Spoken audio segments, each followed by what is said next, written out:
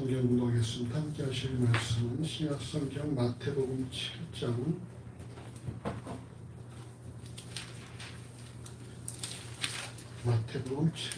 15절에서 23절까지의 말씀입니다.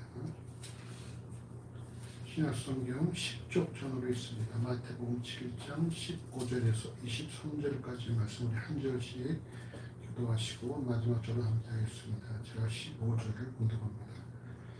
거짓 선지자들을 상봐라. 양이 옷을 입고 너에게 나오나 속에는 누락질하는 일이라.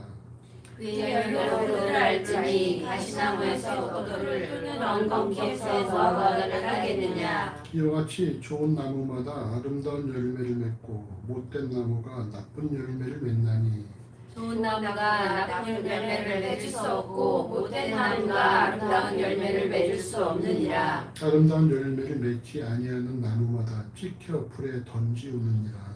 이러므로 그의 열매로 그들을 알리라. 나더러 주여 주여 하는 자마다 천국에 다 들어갈 것이 아니요 다만 하늘에 계신 내 아버지의 뜻대로 행하는 자라야 들어가리라. 그날에 많은 사람이 나더러 이르되 주여 주여 우리가 주의 이름으로 선지자 노릇하며 주의 이름으로 귀신을 쫓아내며 주의 이름으로 많은 권능을 행치 아니하였나이까 하니 그때 내가 너희에게 밝히 말하되 내가 너희를 공부하지 못하니 불법을 행하는 자들아 내게서 떠나가라 하리라. 아멘. 오늘 본문은 이 마태복음 이외에도 누가복음 6장 또 13장에도 유사한 말씀이 기록되었습니다. 우리가 1월 첫 주에는 우리의 착한 행실을 통해서 우리의 빛과 소금의 삶을 통해서 하나님의 영광을 다른 사람들이 이렇게 돌리게 하자라는 그런 말씀이었고, 지난 주일에는 우리가 좀 남다른 삶을 살아야 한다라는 말씀이었어요. 남다른 삶을 살아야 된다. 우리가 남과 같은 삶을 살면 안 되고 남보다 못한 삶을 살아도 안 되고 남보다 더 나은 삶을 살아야 된다. 그것이 하나님의 아버지라 부르는 자들에게 주어진 삶이다라고 말씀드렸죠. 오늘도 유사한 말씀입니다. 바로 이것이 이제 우리가 신년 예배에서 했었던 그 말씀이 우리에게 좋든지 아니 좋든지 나쁘든지 우리가 진실무망한 하나님 앞에서 살아가겠다라고 다짐했던 그 말씀과 연결되는 말씀이라고 할 수 있겠습니다. 자, 보면 마태복음 7장 15절과 16절 말씀을 같이 읽어보십시다. 거짓 선지자를 상가라. 양이 옷을 입고 너희에게 나오나 속에는 누락질하는 일이라. 그의 열매로 그들을 알지니 가시나무에서 포도를 엉겅퀴에서 무화과를 따겠느냐. 오늘 보면 거짓 선지자들을 상가라라는 말씀으로 시작을 하는데, 거짓 선지자에 대해서 요한서신은 그리스도의 영광을 대신 취하는 자들 이렇게 말씀을 합니다. 그리스도의 영광을 대신 취하는 자들. 이 선지자라는 뜻이 말이죠. 우리 한문으로 보면은 먼저 알았다 이렇게 되어질 수 있지 않습니까? 근데 선지자의 원뜻은 선지자라기보다는 대언자예요. 대언자가 뭡니까? 대신 말씀을 전하는 자니까 그게 스피커이지 먼저 아는 자가 아니라는 것입니다. 그러니까 이 선지자라는 것은 하나님의 말씀을 대신 전하는 자들인데, 거짓 선지자는 누구겠어요? 하나님 말씀이 아니라 자기의 말을 전하는 사람이 되어진 것이죠. 이들을 비록 겉으로는 양의 옷을 입고 있지만 속은 누락질하는 일이라고 말씀을 하는 것입니다. 당시 거짓 선지자를 표현할 때에 이 무해한 양과 사악한 이리의 대조는 유명한 그런 표현이었어요. 양처럼 보이지만 실상은 일이다. 우리도 예전에 어떤 그런 방공 포스터 보면 이렇게 있지 않았습니까? 겉으로는 이렇게 양의 탈을 쓰고 있지만 속은 일이인 그런 포스터들이 많이 있었었죠. 당시에 교육받은 유대인들은 선지자가 구약시대 이후에는 없다라고 교육을 받았음에도 불구하고 다른 사람의 것을 누락질하는 이런 이리와 같은 거짓 선지자가 존재했었다는 사실입니다. 이 같은 관점에서 보면은 중요한 것은 눈에 보여지는 겉모습이 아니라 본질이라는 사실을 알 수가 있죠. 분명히 겉모습은 양이지만 본질은 뭡니까? 그들은 일이기 때문에 누락질하는 존재이기 때문에 그렇습니다. 거짓 선지자를 상가라는 말씀은 당시 거짓 선지자가 존재했었다는 것으로 베드로후서 2장 1절에도 그러나 민간에 또한 거짓 선지자들이 일어났었나니 이와 같이 너희 중에도 거짓 선생들이 있으리라 라는 말씀을 통해서 계속해서 거짓 선지자가 존재했다는 사실을 알 수가 있어요. 더 이상 선지자는 신약시대에 없음에도 불구하고 그리스도 외에는 없음에도 불구하고 계속해서 어떤 이런 거짓 선지자들이 등장했다는 사실입니다. 그러므로 거짓 선지자를 삼가해야 하는데 문제는 이들이 양의 옷을 입고 있어서 겉으로는 식별이 쉽지 않다는 거예요. 오늘날도 이런 거짓 선지자가 있지요? 있습니까? 없습니까? 있어요. 요즘은 좀 덜하지만 몇 년 전만 하더라도 말이죠. 무슨 이 거짓 선지자들이 많이 등장했었었죠. 하늘을 천국을 다녀왔다라든지 하늘의 비밀을 알고 있다. 여러 가지 이상한 말 통해서 현혹하는 사람이 많이 있었습니다. 이 본문은 진위 여부를 그들이 진실로 양인지 일인지 진위 여부를 분별할 수 있는 식별법을 알려주는데 오늘 본문 마태복음 10장 16절에 기록된 열매로 그들을 안다라는 이 말씀입니다. 이를 통해서 볼 때에 우리는 겉으로 드러나는 모습이 두 종류라는 사실을 알 수가 있죠. 첫 번째는 무엇입니까? 첫눈에 보여지는 모습들, 겉모습이고 두 번째는 열매라는 거예요. 근데 열매는 우리가 한눈에 알 수 있어요? 없어요? 그 사람의 열매를 알 수 없죠. 열매는 무엇입니까? 시간이 지나면서 점진적으로 조금씩 만들어지는 게 열매라는 것입니다. 그러니까 우리가 첫눈에 보여지는 것은 뭐예요? 겉모습이에요. 겉모습. 그 사람과 우리가 사귀다 보면은 이 사람이 어떤 사람인지 알게 되는 것이죠. 열매를 통해서 알게 되는 것입니다. 본문을 통해서 우리가 발견하는 사실은 겉모습은 속일 수 있으나 열매는 속일 수 없다라는 것입니다. 겉으로 볼 때는 처음에 볼 때는 사람 괜찮은데 했는데 막상 사귀어 보니까 영 아닌 사람들이 있고요.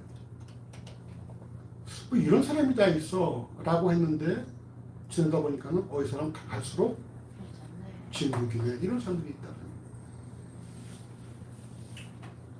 그리고 뭡니까? 본질은 눈에 보이는 겉모습이 아니라 시간이 흐름 속에서 그 사람으로부터 드러나는 열매가 그 사람의 본질을 드러내준다는 것입니다. 이 오늘 본문은 가시나무에서 포도를 따거나 엉겅퀴에서 무화과를 딴다는 것은 절대로 불가능하다고 말씀하는데 이게 무슨 말이에요? 열매는 말이죠. 속일 수 없다는 거예요. 속일 수 없다. 포도나무가 아무리 노력을 해도 거기서 무화과를 딸 수가 없고 가시나무가 아무리 노력해도 거기서 포도를 낼 수 없다는 것입니다. 열매는 무엇입니까? 그 사람의 정체가 무엇인지를 규명해주는 그 사람의 정체성을 증명해주는 어떤 그런 드러나는 모습이다라는 사실입니다. 그래서 우리가 누구를 접할 때 말이죠. 우리 겉모습으로 사람들을 평가하면 안 된다는 것입니다.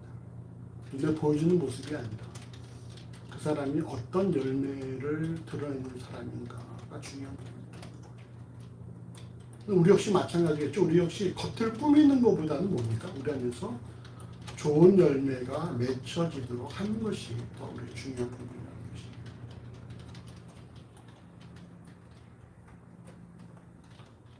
여러분들은 사람들을 대할 때에 뭘 먼저 보십니까? 성립사님은?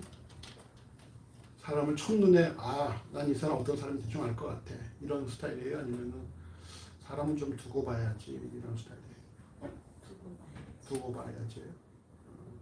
아닌 것 같은데 집사님 처음 오자면 여기 맞아 여기 막 이러던데 꿈에서 본데 여긴데 막 이러잖아요.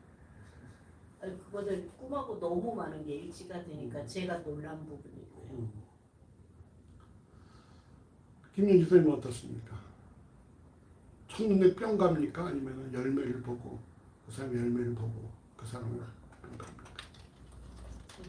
두고 봐야 될 것 같아. 두고 봐야 돼. 말을 좀 표현이 그렇다. 두고 보자. 두고 보자. 그 다음 보시죠. 마태복음 7장 17절에서 20절 같이 읽어보십시다. 이와 같이 좋은 나무가 아름다운 열매를 맺고 못된 나무가 나쁜 열매를 맺나니 좋은 나무가 나쁜 열매를 맺을 수 없고 못된 나무가 아름다운 열매를 맺을 수 없느니라. 아름다운 열매를 맺지 아니하는 나무마다 튀어나오게 던지우느니라. 이러므로 그의 열매로 그들을 알리라. 아멘.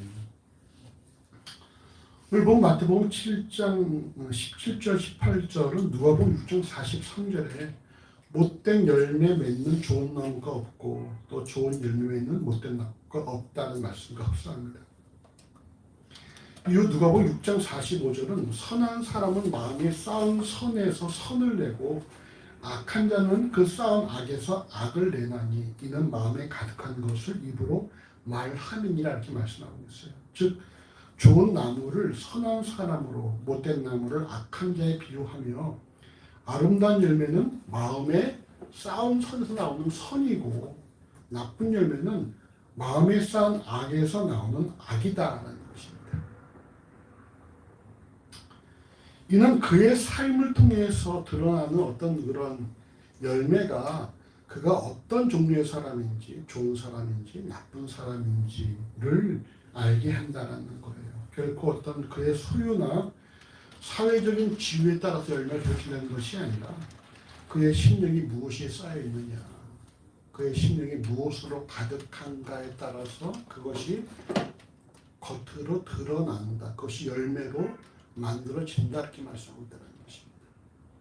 그 마음속에 아까 혼주된 기도하실 때 우리가 하나의 말씀으로 씨름을 하고 말씀 가지고 몸부림하고 말씀으로 살아가지고 이렇게 기도하셨는데 그렇게 살아온 사람들이라면은 그 삶에서 어떤 열매가 나오겠습니까? 좋은 열매, 말씀에 해당하는 열매가 나오겠죠.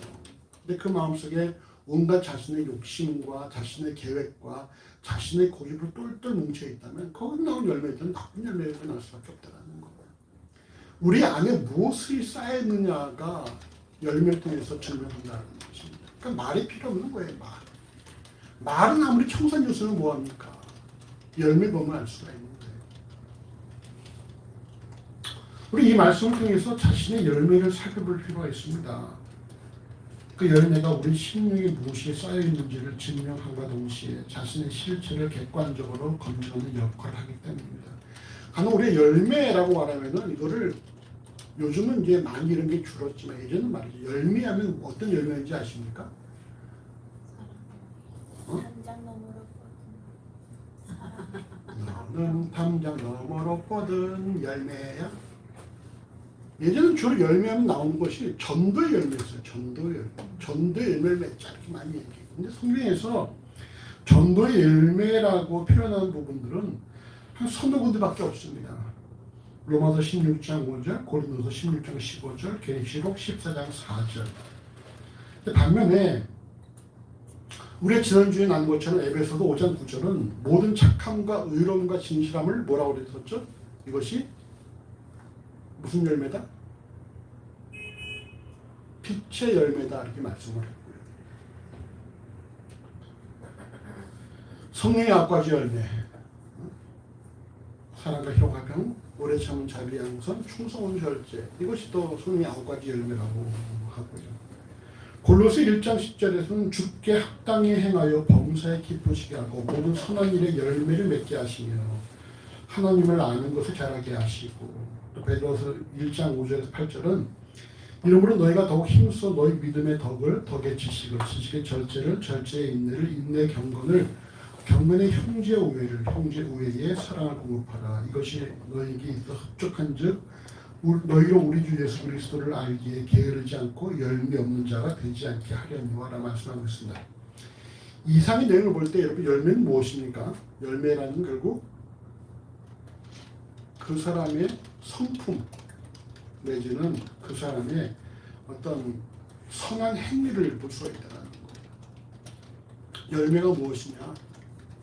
그 사람의 성품, 인품, 그 사람의 어떤 행위 이런 걸 우리가 열매라고 할 수 있다는 것이죠. 이는 누가복음 6장 45절에 마음에 가득한 것을 입으로 말한다는 말씀과도 일치하고 우리가 지난주에 살펴보았던 마태복음 5장 16절에 우리가 착한 행실을 통해 하늘 영광을 드러나게 한다는 말씀에서 하늘 영광을 드러내는 우리의 착한 행실 역시 열매인 것이죠. 결국 그리스도를 주로 고백한 그리스도에는 살면서 좋은 열매를 맺어야 하는데 이를 통해 하나님의 영광도 드러나고 자신의 신분도 내가 어떠한 존재인지도 확인할 수 있다는 것입니다.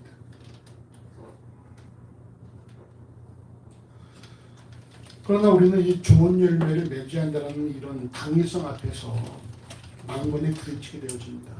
어떤 난관일까요? 어떤 난관일까? 경험나 우리가 열매를 맺어야 한다. 당연한 말이지. 그지? 우리 그리스도인으로서 선열매를 맺어야 되지.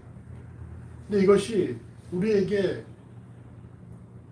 주어졌을 때 우리가 좀 난관에 부딪혀. 어떤 난관일까?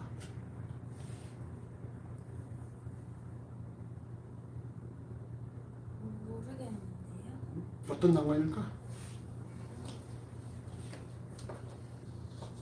그거 뭐 안 나와? 어떤 난관이겠어요? 일단 우리가 하나님을 아버지와 부르는 자들로서 선한 열매 맺어야 한다. 선한 열매 나와야 한다. 인정하십니까? 네. 자기의 의지로 해요? 난관이 있어요. 어떤 난관이 있겠습니까? 저의 난관이 응? 우린 열매를 맺을 수 없어. 임상 들려보세요. 열매 맺는데 되게 많이 시간이 많이 들어요. 넘어지고 또 넘어지고. 사실 그렇게 하고 싶은데 잘 안 돼요. 왜 안 돼? 그 9가지 열매에서 수도 없이 부딪히죠. 왜 부딪히죠? 죄인이라서. 정말 온전히 하나님의 선하신 일을 하려고 하는 게 아니라 내 감정. 다 어떤 답이 될 수 있을 텐데 제가 요구하는 그겁니다. 과연 이것이 내 삶에 유익이 되는가? 선한 열매를 맺어야 한다는 사실은 알겠는데 과연 그것이 내 삶에 어떤 유익이 있을까? 순자 독식의 사회고 양육 강식의 사회에서 내가 그렇게 선한 열매를 맺고자 살아가는 그것이 과연 남들에게 더 약점을 잡히게 하고 남들에게 이용당하고 나만 바보가 되는 것이 아닌가. 그런 거 부딪히지 않나요? 그런 거 부딪히지 않아요? 이런 어떤 그게 있을 수 있다는 거예요. 우리가 아이들한테 야, 좀 속고 살아야지. 우리가 남다른 삶을 살아야지. 뭐 이렇게 얘기하면서 교육시킬 수 있을 것인가.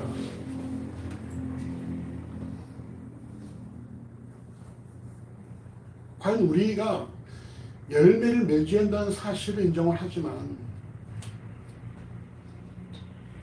내가 손해를 보면서까지, 손해를 감수하면서까지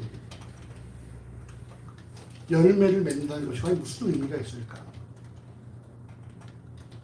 그럼 뭐예요? 내가 예수를 믿는 목적이 무엇인가를 의미한다는 것입니다. 내가 예수를 믿는 목적이 그저 이 땅에서 잘 살기 위한 것이라면은 열매를 맺지 않는 게 더 나한테 유익일 수도 있는 것이죠. 남들처럼 더 갖고, 더 소유하고, 더 누리고, 일러서 기도하고, 막 철야하고, 금식하고. 근데 예수를 믿는 목적이 단순히 이 땅에 있는 것이 아니라 하나님 나라에 있다는 사실을 인정한다면 열매 맺는 건 어려운 것이 아니라는 거예요.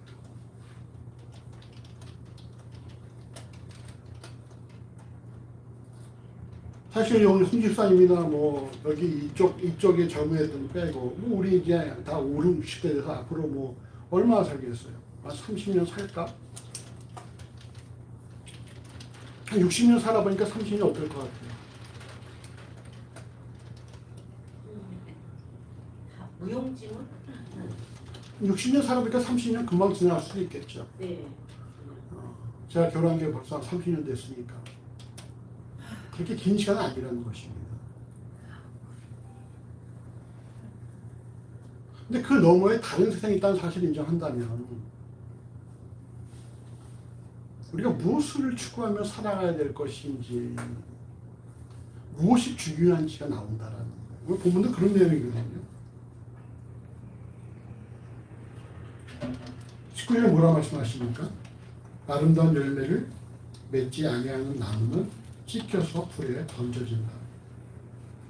또 마태복음 3장 10절과 누가복음 3장 9절에서도 세례 요한이 회개를 요구하면서 이미 도끼가 나무 뿌리에 놓였으니 좋은 열매 맺지 아니한 나무보다 찢겨 불에 던지리라 이렇게 말씀합니다.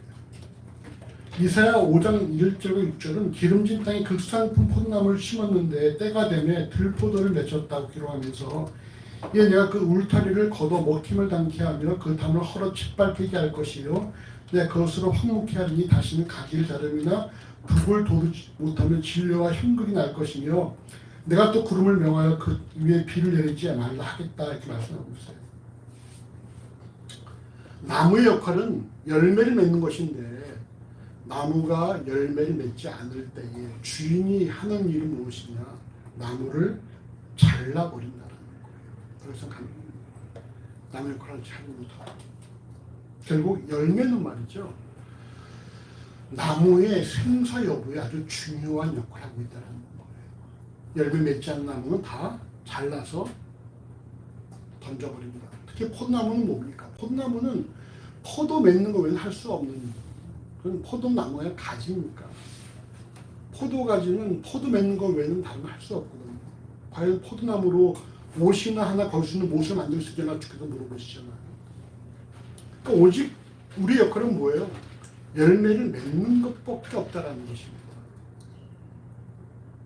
근데 그 열매 앞에서 우리가 이걸 꼭 내가 맺어야 돼? 이걸 꼭 내가 해야 돼? 그럼 나는 남보다 뒤처질 텐데? 남이 나를 우습게 할 텐데? 내가 손해를 볼 텐데? 이렇게 생각하는 건 뭐예요? 더 이상 나무로서의 중립성은 사라져버린 것이고 그 사람의 관심은 오직 이 땅에만 집중되어 있는 모습을 볼 수밖에 없다는 거예요. 교회도 마찬가지죠.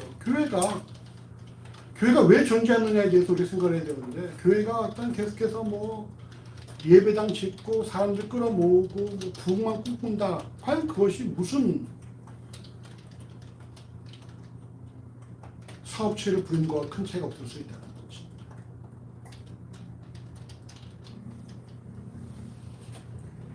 오늘 말씀은 결코 아름다운 열매를 맺으라는 것이 아닙니다. 열매는 뭐예요? 본인이 의지적으로 열릴 수 있는 것이 아니라는 거예요. 열매는 내가 아름다운 열매를 맺어야지만 열려지는 것이 아니라는 것입니다. 그래서 앞에 나오는 말씀이 뭐예요? 포도나무에서 엉겅퀴 포도나무를 따겠느냐.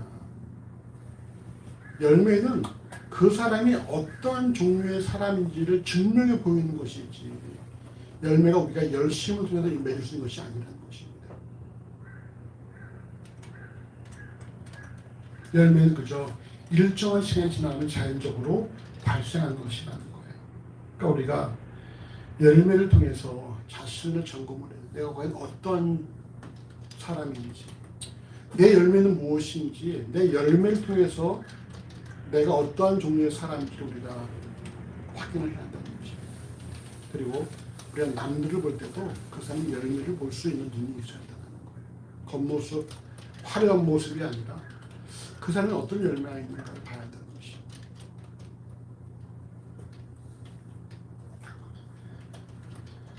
비록 이 열매가 세상적으로 볼 때는 좋은 열매가 세상으로 볼 때는 이게 너무나 필요한 것이지만 내가 맺기에는 좀 부담스러운 것이라고 할지라도 이 열매는 결국은 그 사람의 안에서 무엇이 있느냐에 따라서 자연스럽게 나와진 부분이라는 것입니다. 말하기는 우리가 더 시간이 흐를수록 우리 안에서 많은 열매가 좋은 열매들이 나와지는 그런 그리스도의 되어지길 바랍니다. 그 다음 말씀 보시죠. 7장 21절입니다. 나더러 주여 주여 하는 자마다 천국에 다 들어갈 것이 아니요 다만 하늘에 계신 내 아버지의 뜻대로 행하는 자가 들어가리라. 아멘. 보면 우리를 좀 당황케 하죠. 뭘 당황케 합니까? 주여 주여 하는 자마다 갈 수 없다. 고린도전서 12장 3절은 성령으로 아니하고는 누구든지 예수를 주라 할 수 없다 이렇게 말씀함에도 불구하고 오늘 보면은 예수를 향해 주여 주여 하는 자마다 천국에 다 들어가지 못한다 라고 말씀하기 때문입니다. 예수를 주라 고백하는 것은 예수를 자신의 삶의 주인으로 인정하는 것으로 그럼 결코 성령이 아니고선 불가능한 부분이에요. 복음서에도 예수께서 하나님의 아들임을 밝히는 귀신들의 고백이 기록되지만 결코 귀신 중 그 누구도 예수를 주라고 고백하지 못했습니다. 왜? 귀신들에게 예수는 그리스도가 아니기 때문이죠. 하나님의 아들입니다. 당신은 하나님의 아들입니다라고 고백했지만 주라고 고백하지 못했거든요. 예수를 주라고 고백하는 것은 성령이 동행하는 이들만이 가능함에도 불구하고 보면은 예수를 주라고 고백하는 이들 중에 천국에 다 들어가지 못한다 이렇게 말씀합니다. 우리가 본문을 통해서 오해하지 말아야 할 것은 예수를 주로 인정하고 고백하는 것은 천국에 들어가면서 가장 중요한 조건이라는 사실입니다. 요모 3장 16절에서 누구든지 저를 믿으면 멸망치 않고 영생을 얻으려는 말씀에서 저는 예수를 뜻하는 것이고 저를 믿는다는 것은 예수를 주라 고백하는 것이기 때문입니다. 그런데 오늘 본문은 예수를 주라 고백하는 것이 구원에 있어서 가장 중요한 조건이지만 예수를 주라 고백하는 것만으로는 부족하다라는 거예요. 그것만으로는 부족하다. 그럼 과연 어떤 자들이 천국에 들어갑니까? 성경 뭐라고 말씀하고 있어요? 내 아버지의 뜻대로 행하는 자.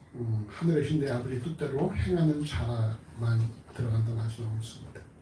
주여 주여라고 고백하는 것만이 아니라 아버지의 뜻대로 행하는 자라는 말씀을 통해서 우리가 뭘 할 수 있냐? 고백에 대해서 고백하면은 고백엔 반드시 뭐가 따라와야 된다? 행위. 구체적인 행위가 동반돼야 한다는 사실을 알 수 있어요. 우리 누구한테든 내가 너를 사랑해 라고 말한다면은 뭔가 구체적인 행위가 따라와야 되겠죠. 사랑해 하면서 뭐 밥을 안 준다든지 굶긴다든지 때린다든지 이런 거는 사랑하는 자 볼 수가 없는 것이죠. 사랑해라고 하면 사랑에 대한 구체적인 행위가 등장해야 한다는 거예요. 내가 이 하나님을 예수를 주여라 고백한다면 거기에 따른 구체적인 행위가 등장해야 한다는 것입니다. 누가복음 4장 6장 46절은 너희는 나를 불러 주여 주여 하면서도 어찌하여 나의 말하는 것을 행치 아니하느냐.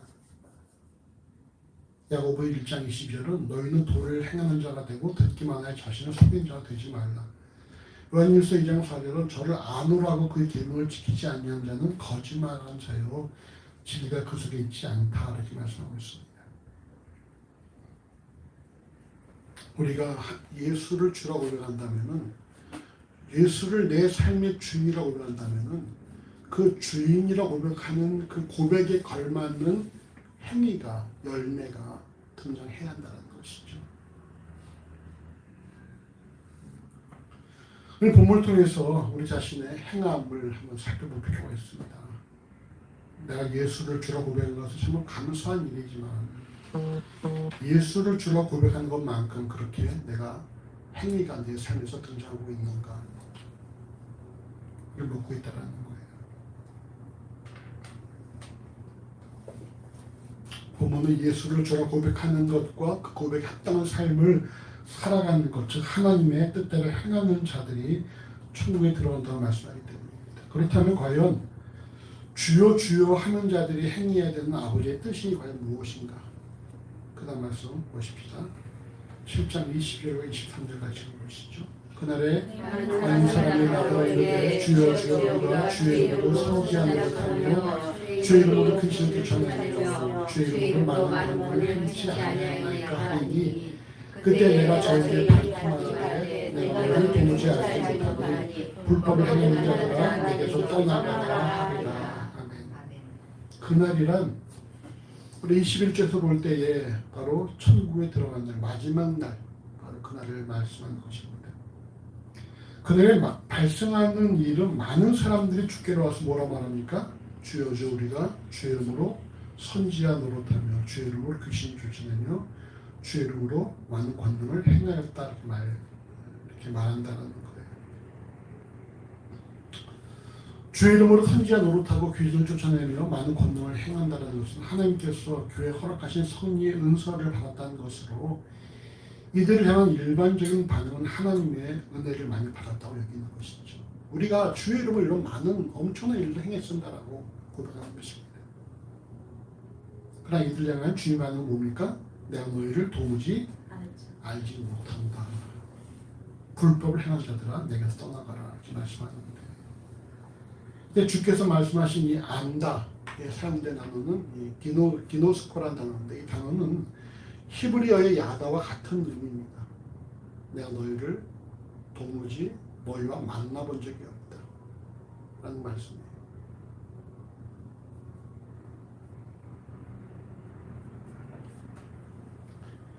그리고 예수의 말씀은 이들이 아무리 주여 주여 하며 주의 이름으로 많은 은사를 행한다 할지라도 그리스도와는 아무 관계가 없으며 이들이 불법을 행한다는 말씀은 이들이 주의 이름으로 행하는 모든 사역을 불법으로 여긴다는 말씀이에요.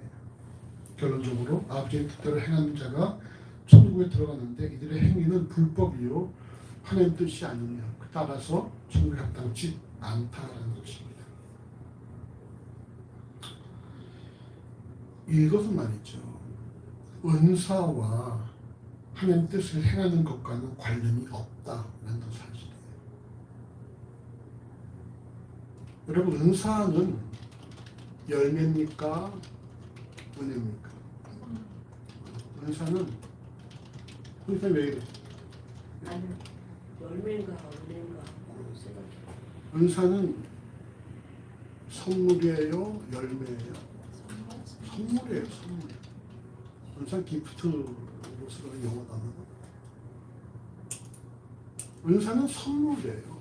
열매가 아니라 선물입니다. 근데 은사는 결국은 하나님 뜻과는 관계가 없다라는 것입니다. 마태복음 10장 1절은 예수께서 제자들에게 더러운 귀신을 쫓아내며 모든 병과 모든 약한 것을 고치는 권능을 주시는데 그 제중에 누가 섞여 있습니까? 누가 섞여 있어요? 유다가 섞여 있단 말이에요. 가룟 유다도 그 은사를 받아서 그에 행했다라는 것이죠. 그러니까 은사를 행하는 것과 천국에 들어가는 것과는 아버지의 뜻과는 관계가 없다라는 것입니다. 은사도 아버지의 뜻이잖아. 그렇다고 해서 오늘 본문이 은사 행하는 자들을 비난하고 그들이 천국에 들어가지 못한다고 하는 것은 결코 아니에요. 은사는 뭡니까? 고린도서 10장 7절과 10장 26절에 의하면 은사는 말이죠, 하나님께서 교회에 필요해서 교회 공동체에 주시는 선물이에요. 은사는 개인에게 주는 것이 아니라 교회 공동체에 속해 있는 지체에게 주는 것입니다. 그러니까 목사한테 어떤 은사를 주시겠어요? 말씀 은사를 주시겠죠. 그 교회 목사에게는. 또 그 교회 또 어떤 뭐 여집사들에게는 또 기도 은사를 주실 수도 있고 성경 은사를 주실 수도 있고 뭐 사모에게도 어떤 은사를 주실 수도 있고 여러 가지 교회 필요한 은사를 주시는 것이지 개인에게 주시는 것이 아니라는 거예요. 은사는 개인이 아니라 어디 주는 것이다? 공동체에 주는 것이다. 공동체가 존재하기 위해서 그 공동체가 역할하기 위해서 필요하기 때문에 하나님께서 공동체를 대상으로 주시는 것이지 개인에게 주신 것이 아니라는 거예요. 근데 왜 이 은사하는 것이 불법이 되느냐? 왜 하는 뜻이 아닌가? 먼저 이들은 이 은사 행함에 집중했기 때문입니다. 이들이 그날의 주 앞에 나와서 드러낸 것은 뭡니까? 자신들이 얼마나 많은 일을 행했는가를 부각시키고 있다는 거. 우리가 얼마나 많은 일을 했는지 아십니까? 이렇게 묻고 있다는 것이죠. 그러나 예수께서는 파송한 70인이 돌아와서 귀신들이 자신들에게 항복하였다고 이렇게 고백하자 누가복음 10장 20절에서 귀신들이 너에게 항복한 것으로 기뻐하지 말고 너희 이름이 하늘에 기록된 것으로 기뻐하라 이렇게 말씀하고 있다는 거예요. 너희가 무엇을 행했느냐로 기뻐하지 말고 너희를 하나님이 아신다라는 사실에 기뻐하라 이렇게 말씀했거든요. 그리스도인의 관심은 이 땅의 사역이 아니라 하나님 나라에 있어야 한다는 것입니다. 내가 무엇을 하고 내가 얼마나 많은 걸 하고 있냐는 중요하지 않아요. 그건 이 땅의 사람들 중요해 보는 것이지. 우리가 주는 것은 뭡니까? 하나님과 나와의 관계인 것이지. 그 사람이 얼마나 많은 일을 하고 뭐 그 교회가 어떻고 이런 건 중요하지 않아요. 전혀. 주를 섬기고자 한다면 성경에서 아주 재미있는 비유가 있죠. 마르다와 마리아. 어떤 얘기예요?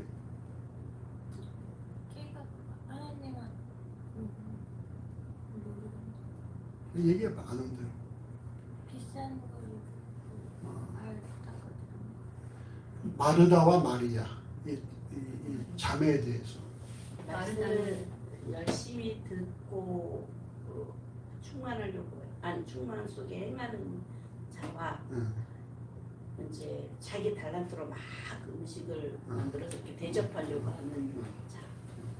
마르다는 열심히 예수 위해서 음식을 만들었고 마리아는 예수 앞에 와서 말씀을 들었고. 근데 마르다가 막 바쁜데 마리아가 도와주지 않으니까 마리아한테 주여 마리아에게 말해서 날 도와주게 하소서. 예수님 뭐라고 말씀하셨어요? 그건 중요하지 않다. 이게 더 중요하다. 이게 더 중요하다. 그러니까 신방 가게 되면 그런 일들이 많이 있죠. 예배하러 왔는데 요즘이야 뭐 다 그냥 이게 뭐 그냥 이렇게 뭐 시켜서 먹기도 하지만 이제는 다 음식을 만들어서 했잖아요. 그러면 기도한 사이에 뭐 합니까? 가서 반찬 또 막 챙기고 기도한 사이에 또 가서 밥도 공부나 보고 이런 사람들이 있다는 거예요. 그럼 이제 우리 어머니도 그러셨거든요. 갑자기 신방 받다가 도중에 막 뛰어나고 부엌에서 막 또 다시 들어가요. 그럼 뭐예요? 그 시간 무슨 시간이에요? 기도 시간이에요. 기도 시간. 저도 심하면 그런 일이 있어요. 기도 시간에 뭔가를 만들어주고 싶은 거야, 목회자한테. 그러니까 또 나가서 뭔가를 막 만들어. 그럼 말하죠. 나 밥 먹으러 온 거 아니다. 예배하러 왔다. 예배가 더 중요하다. 밥은 뭐 안 먹어도 되고 시켜 먹어도 되고 상관없는데. 근데 그게 중요하다는 거예요. 근데 여러분 뭐가 중요합니까? 내가 얼마나 많이 했냐는 중요하지 않다는 거예요. 물론 회복교회는 사모님이 하는 밥을 먹고 싶어 하는 사람들도 있지만 근데 여러분 그건 중요하지 않고 뭐가 중요해요? 말씀을 듣는 게 중요해요. 하나님과의 나의 관계가 중요하다는 것입니다. 그런 관계에서 볼 때에 두 번째로 이들이 왜 이것이 하나님의 은사를 행함에도 불구하고 하는 뜻이 아닌가. 이들은 이 사역을 하면서 그 주체가 누구였어요? 나라는 거예요. 나. 내가 얼마나 많은 일을 했느냐이기 때문에 주체는 누굽니까? 나라는 것입니다. 하나님 주신 은혜로 하는 것이 아니라 이 모든 것이 다 하나님의 은혜입니다 라고 고백해야 되는데 우린 그저 무익한 종이요 마땅히 할 일을 했을 뿐입니다 라고 고백해야 되는데 이들이 그것이 아니라 이건 내가 했어. 이건 내가 한 거야. 이런 자기를 드러내고 자기를 과시하는 것이 많이 있어라는 거예요. 우리 성경에는 우리가 주의 이름으로라는 것이 한 번만 등장했지만 원문은 뭡니까? 모든 부분에 이게 남성 복수를 쓰고 있다는 거예요. 우리가 주의 이름을 선지하는 못하며 우리가 주의 이름을 계속 쫓아내. 그러니까 모든 동사의 끝에 남성 복수 어미를 써서 다 우리가 했다, 우리가 했다, 우리가 했다. 결국 자신을 드러내고 있다는 사실입니다. 이 은사를 하나님께서 주셨음에도 불구하고 이 은사를 하나님께서 각각 교회에 필요해서 주셨음에도 불구하고 은사를 받은 그 사람들이 그것을 자기 것으로 착각을 해서 내가 했다, 내가 했다, 내가 했다 이렇게 말하고 있다는 거예요. 이것이 뭐예요? 이것이 불법이라는 것이죠.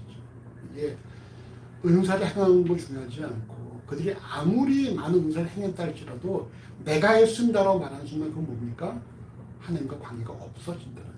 이미 그들은 자기의 상을 받았느니라 이렇게 된다는 거죠. 그러니까 홍 집사님이 막 이렇게 제가 거기다가 우리가 이런 일을 했습니다 할 때 목사님 대단하세요. 이건 뭐예요? 나보고 죽으라는 얘기죠. 목사님은 혼자 다 독박 쓰고 혼자 망하십시오 이런 얘기가 된다는 거예요. 제가 그랬습니다. 목사님 대단하십니다. 이건 다 저한테 혼 좀 나가라 이런 의미가 될 수 있다는 거예요. 그럴 때 뭐라고 해야 한다고요? 이것이 다 하나님의 은혜입니다. 나중에 그렇게 썼는데. 물론 그리고 나중에 그렇게 썼죠. 우리가 하는 일이 다 뭐예요? 하나님께서 은혜를 주셔서 하는 일이지 우리가 한 번 아무것도 없다는 거예요. 우리의 중요한 것은 뭡니까? 하나님과 나와의 관계지 우리가 뭘 얼마나 했냐는 중요하지 않다는 거예요. 그건 중요하지 않아요. 목사는 왜 합니까? 하나님과 관계가 더 깊어지게 사는 것이죠. 목사 일주일에 했다. 그것이 자기 풍경이란 뭐예요? 그건 아무 의미가 없는 거예요. 묵상을 통해서 하는 것도 깊어져야 되는 것이지. 기도에서 깊어져야 되는 것이 내가 40일 했다. 뭐 40일 금식했다. 그 훈련 참 달고는 아무 의미가 없다는 것입니다. 입술로는 예수를 주님으로 인정하면서 실질적으로는 자신을 드러내는 이들의 예수께서는 불법을 행한 자들아 라고 징계하시면서 도무지 내가 너희를 알지 못하니까 나로부터 떠나라 이렇게 말씀하시겠다는 것입니다. 그리고 우리가 은사 행함에 있어서 중요한 것은 뭡니까? 그것은 전적인 하나님의 은혜입니다. 하나님께서 우리에게 주신 선물로 우리가 행하는 것입니다. 이게 돼야지. 근데 이게 쉽지 않아요. 왜 쉽지 않을까? 하나님의 은혜와 나의 의가 혼돈돼서 어렵게 말씀하지 마시고 쉽게. 참 쉽게 말한 것 같은데. 우리 너무 고급져가지고 쉬움을 내가 못 알아먹겠네. 이게 은사 행한 자들이 쉽지 않아요. 왜 그럴까요? 주님은 안 보이고 내 입술로 이렇게 보내가. 결국 은사 행하면은 사람들은 누구를 봐요? 은사 행한 자를 본다는 거예요. 그리고 그 사람도 내가 함으로 뭐가 되어지니까 자꾸만 자기가 드러나게 된다는 것이죠. 은사 통해서 하나님이 증명되고 하나님이 영광 받으셔야 되는데 그냥 사람들이 은사 행하는 자만 바라보고 은사를 통해서 하나님을 보는 것이 아니다. 그래서 은사 행하는 자들은 더욱더 겸손해져야 돼요. 더 겸손하고 더 자신을 가리우고 이다 하나님 은혜인데라고 고백할 수 있어야지. 은사 통해서 말이죠. 막 돈, 막 이렇게 헌금 막 강요하고 이러면 절대 안 된다는 것이죠. 그래서 고린도전서 9장 27절에서 바울이 뭐라 말합니까? 내가 남들에게 복음을 전한 이후에 도리어 내가 버림받을까봐 두려워서 자신을 훔쳐서 복종을 시킨다 이렇게 말씀하고 고백하고 있잖아요. 성경 찾아보십시다. 열왕기상 5장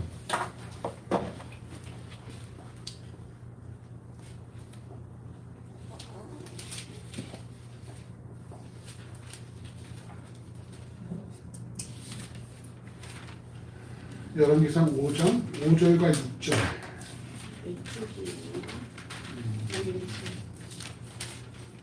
518 열왕기상 5장 5절과 6절에 한번 같이 읽어보십시다. 여호와께서 내 부친이 부친이 다윗에게 하신 말씀하시되 말씀을 내가 너를 내 위에 오르게 하리라 늘 그가 내가 내 이름을 위하여 전을 건축하리라 하시므로 내가 내 하나님 여호와의 이름을 위하여 전을 건축하려 하오니 당신의 영을 내려 나를 위하여 레바논에서 백향목을 베어내게 하소서. 나의 종과 당신의 종이 함께 할 것이요 또 내가 당신의 모든 말씀대로 당신의 종의 사물을 당신에게 붙이리라. 당신도 알거니와 우리 중에는 시돈 사람처럼 벌목을 전하는 자가 없나이다.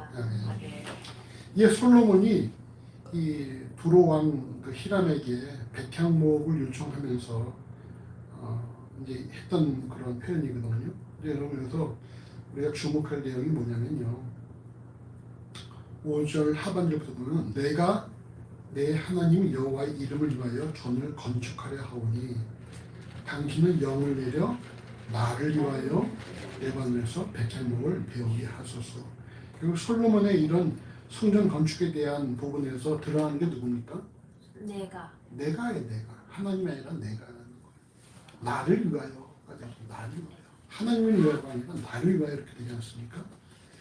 네, 여러분 이 성전을 건축한 다음에 여호와께서 뭐라고 말씀하시는지 보십시오. 6장 12절 같이 읽어보십시다. 6장 12절.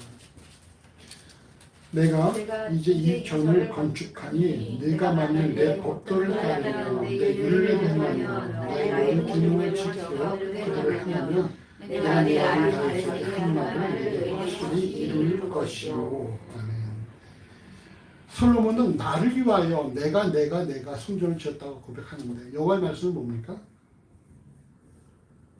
네가 내 모든 계명을 지켜 그들을 행하며 내 법도를 따르며 내 율례를 행하며 결코 어떤 성전에 대해서 하나님께서 칭찬하시지 않는다는 거예요. 네가 뭘 했냐는 중요하지 않다.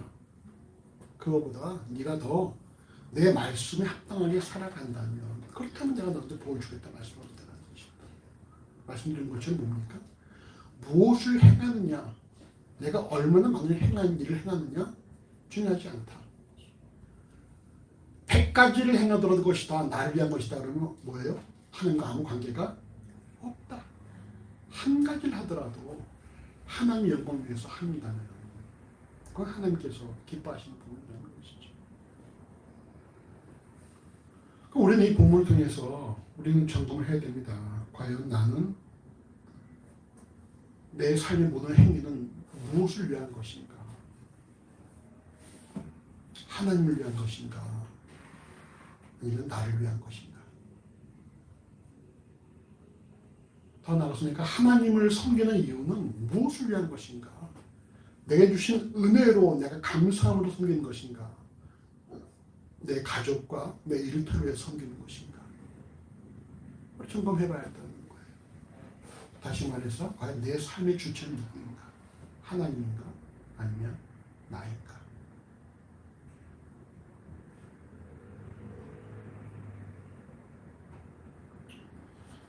여러분 삶의 주체는 누굽니까? 하나님입니까? 여러분 자신입니까? 경원이 누굴까? 너 자신이야? 그러면 왜 밤을 새워 일하고 졸면서 예배당에 나와서 하나님 없이 못 살아. 왜 못 살아? 모든 걸 허락하시는 분 하나님이시. 그럼 주체가 누구라는 거예요? 하나님인가요? 우리 김윤 지사님 주체는 누굽니까? 삶의 주체가? 하나님이라고 고백은 하는데 잘 그렇게 사라지진 않아요. 이유가 뭐예요? 자꾸 나를 드러내줘요. 어떻게 될까? 더 겸손하게 엎드리고 하나님을 중퇴해야 되겠어요. 그게 어떤 면에서 기도점이 되어야 할 수 있겠죠. 네. 나를 드러내지 않게 해주십시오. 하나님을 드러내게 해주십시오. 라는 것이. 우리 목사님의 주체는 누굽니까? 삶의 주체가? 하나님. 확실해요. 이제 먼저 앞서가지 않아? 진짜? 네. 내가 그런 답변 몇 번 들은 것 같은데. 갈수록 나아지고 있는 거예요? 그렇죠. 왜 내 주체 누구야? 하나님. 확실해? 네.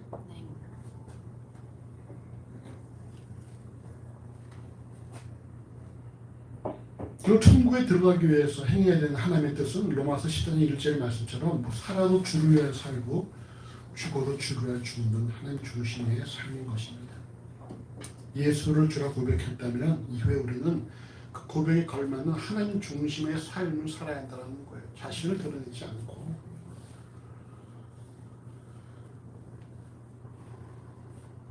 오늘 보면 겉으로는 주님의 이름을 외치지만 실질적으로 자신의 이름을 위하여 일하는 자들이 많으며 이들을 향해 주님은 마지막 그날에, 이것이 마지막 그날이죠. 마지막 그날에 불법을 행한 자들아 내가 도무지 너희를 알지 못한다 말씀하신다는 거예요. 그런 표현이 있지 않습니까? 마지막 날에 참 재밌는 일이 많이 발생할 것이다. 저 사람이 이런 일들이 많이 있을 거라는 거예요. 저 교회가 우리의 판단과 하나님의 판단이 다르기 때문에 하나님 중심으로 살아온 교회와 하나님 중심으로 살아온 사람들은 하나님의 인정을 받고 하나님 기쁨을 받겠지만 자신을 드러내고 자신의 이름을 드러낸 그런 많은 것들은 너는 이미 너의 삶을 받았느니라 끝나볼 수 있다는 것입니다. 우리가 마지막 그날에 당황하는 삶이 되지 않기를 바랍니다. 마지막 그날에 내가 일평생 주를 위해 헌신을 살아왔는데요. 근데 주께서 난 몰라. 이러면 얼마나 끔찍하겠어요.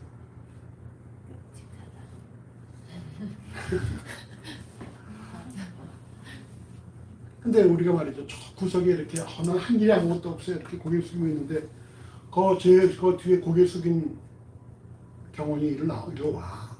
그러면 얼마나 감사하겠어.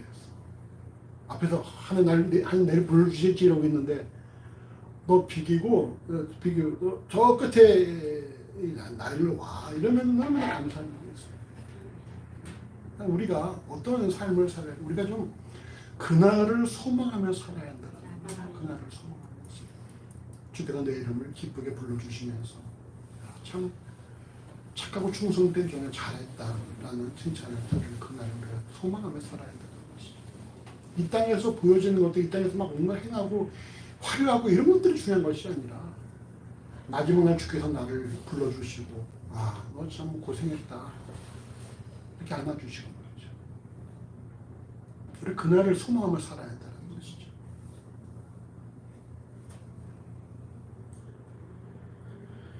자기 자신이 아니라 하나님을 위해서 그날을 소망하며 살아가는 우리 모두가 되어주시기를 간절히 소원합니다.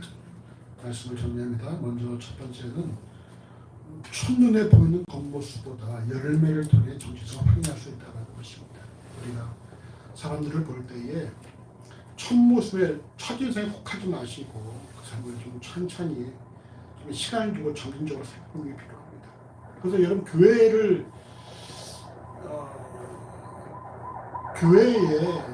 간혹 그런 분들이 등장을 하죠. 막 처음에 등장해서 막 열심히 뭔가 열심히 막 해. 우리도 몇 번 그런 사람이 있었거든요. 내가 오늘 이제 밥 살게요. 밥도 막 사고 말이죠. 그런 사람이 있었는데 보면 항상 뒤에서 딴짓하고 있더라고요. 몰래 따로 교인들을 이렇게 좀 있어 보이는 사람 연락해서 돈 꾸려고 한다든지 이런 사람이 있었어요. 그럼 막 뭔가 이렇게 열심히 할 것처럼 그러면서 와가지고 목사님 기부금 영수증 한 1억 개를 써주십시오. 이런 사람도 있었어요. 제가 받으면은 뭐 절반은 교회 헌금하겠습니다. 이런 사람도 있고 별별 사람들이 다 있어요. 그런 방법도 있어요. 그런 방법도 있어요. 그러니까 우리 사찰에서 그런 일을 많이 하잖아요. 기부 영수증 써주면은 거기에 대해서 어떤 세금 환급이 되잖아요. 거기서 이제 뭐 일정 부분을 떼고 이렇게 하는 사람들. 교회에 한 5번 나왔는데 헌금 한 번도 안 하는 사람이 갑자기 와가지고 기부 영수증 이렇게 써줘서 느끼냐. 우리 그런 거 안 한다. 그러니까 아무튼 처음에 와서 뭔가 이렇게 막 열심히 하는 것처럼 보이면 일단은 뭐예요? 일단은 의심하고 봐야 되는 거예요. 왜 저렇게 유난 우리가 딱 보여주는 모습이 있잖아요. 처음에 아주 조용히 있다가 조금씩 이렇게 되어지는 것인데 처음부터 뭐 내가 뭐 교회를 몇 개를 세웠고 뭐 내가 뭐 했고 이런 이불을 막 떠드는 사람들 보면은 이상한 사람이 들어왔구나 이렇게 되는 것이죠. 우리가 사람들 볼 때 열매를 봐야 되고 자신의 삶도 열매를 봐야 된다는 것이죠. 두 번째는 그리스도에게는 그 고백에 합당한 행함이 요구된다는 것입니다. 주여주 하는 것 참 중요한 고백입니다. 성령이 아니고선 누구도 예수를 주라고 고백할 수 없지만 주여 주여 고백만으로는 하나님 뜻 행하는 것이 아니다라는 것이죠. 주여 주여 했다면 거기에 걸맞는 내 삶의 주인이 그리스도라는 사실을 인정하고 살아가는 그런 행함이 있다라는 것입니다. 누구든 나를 따르려거든 자기를 부인하고 자기 십자가를 지고 나를 쫓을 것인 말씀처럼 예수를 주라고 고백한다면 거기에 걸맞는 삶이 등장해야 한다는 것입니다. 우리가 입술로만의 그리스도인인지 점검을 하셔야 되고 마지막으로 예수께서 오시는 마지막 그날을 우리 결국 당황하면 안 된다는 것입니다. 우리 모두가 다 마지막 그날에 하나님께서 이렇게 참 착하고 충성했던 종아 내가 작은 일에 충성했구나 라고 인정을 받을 수 있는 많은 일을 하려고 하는 것이 아니라 하나님과도 관계를 깊이 할 수 있는 그런 우리의 신앙들이 되어지시길 바랍니다. 우리 이렇게 앞뒤 옆분에게 축복합시다. 그날에 하나님 품에서 봅시다. 그날에 하나님 품에서 봅시다. 마지막 그날에 하나님 품에서 함께를 만나고 확인하고 감사하고 그럴 수 있기를 소망합니다. 함께 기도하시겠습니다. 주님 은혜를 감사합니다. 우리가 이 땅을 살아가면서 인간인지라 외모를 보고 그 사람의 외적인 조건만 가지고서 우리가 판단하는 경우가 있는데 우리의 열매를 볼 수 있는 그런 눈들을 허락해 주시고 우리 안에서도 우리가 우리 안에 쌓여진 손을 통해서 아름다운 열매가 등장하는 그런 그리스도인이 되어지기를 하나님 간절히 소원합니다. 우리 예수를 주라고 고백한 자들로서 진짜 우리가 거기에 합당한 삶이 증명될 수 있도록 아버지 인도하여 주시옵소서. 결국 우리 이 땅을 살아가면서 우리를 드러내지 않게 하시고 오직 하나님만 하나님 영광만을 생각하면서 살아갈 수 있는 삶들을 인도하시기를 하나님 간절히 원합니다. 비록 우리에게 이것이 손해가 되고 우리에게 많은 것들을 우리가 각오해야 한다 할지라도 우리가 마지막 그날의 주로부터 참 축하고 충성된 종아 내가 저번 일에 충성하였다라고 고백하는 그런 칭찬을 드릴 수 있는 그런 삶을 위해서 우리가 하늘을 소망을 두고 이 땅에서 처절하게 몸부림치는 참으로 자기를 부인하고 자기 십자가를 지고 죄를 쫓아갈 수 있는 그런 그리스도의 삶으로 인도하시기를 하나님 간절히 소원합니다. 우리가 많은 일을 하려고 하지 않도록 만들어 주시고 우리가 하나님과도 깊은 관계를 더 깊이 하는 데 힘쓸 수 있도록 우리의 심령을 인도하여 주시옵소서. 우리 모든 삶을 지켜야 합니다. 감사의 예수 이름으로 기도합니다. 아멘.